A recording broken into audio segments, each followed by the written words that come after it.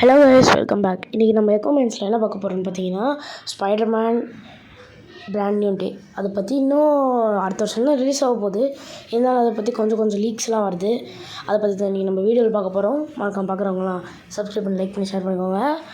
Okay, வாங்க நம்ம வீடியோக்குள்ளே போகலாம். ஃபஸ்ட்டே பார்த்திங்கன்னா, நம்மளோட எப்பயுமே பார்க்குற மாதிரி அந்த சூட்டில் வந்து அந்த வெப்பிங் அலையன்ஸ்லாம் கரெக்டாக இருக்காது, ஒரு மாதிரி இருக்கும். இப்போ வந்து அவர் பார்த்தார்ல, அந்த ஸ்பைடர்மேன் நோ வே ஹோமில் வந்து டாபி மெக்வயரை ஸ்பைடர்மேன், அப்புறமா ஆண்ட்ரியூ கார்ஃபீல்ட் ஸ்பைடர்மேன், இந்த மாதிரி ஸ்பைடர்மேன்லாம் பார்த்து இன்ஸ்பயர் ஆகி அந்த வெப் இது ஸ்பைடர்மேன் சிம்பிள் இதெல்லாம் கூட இன்க்ரீஸ் பண்ணியிருக்கலாம்.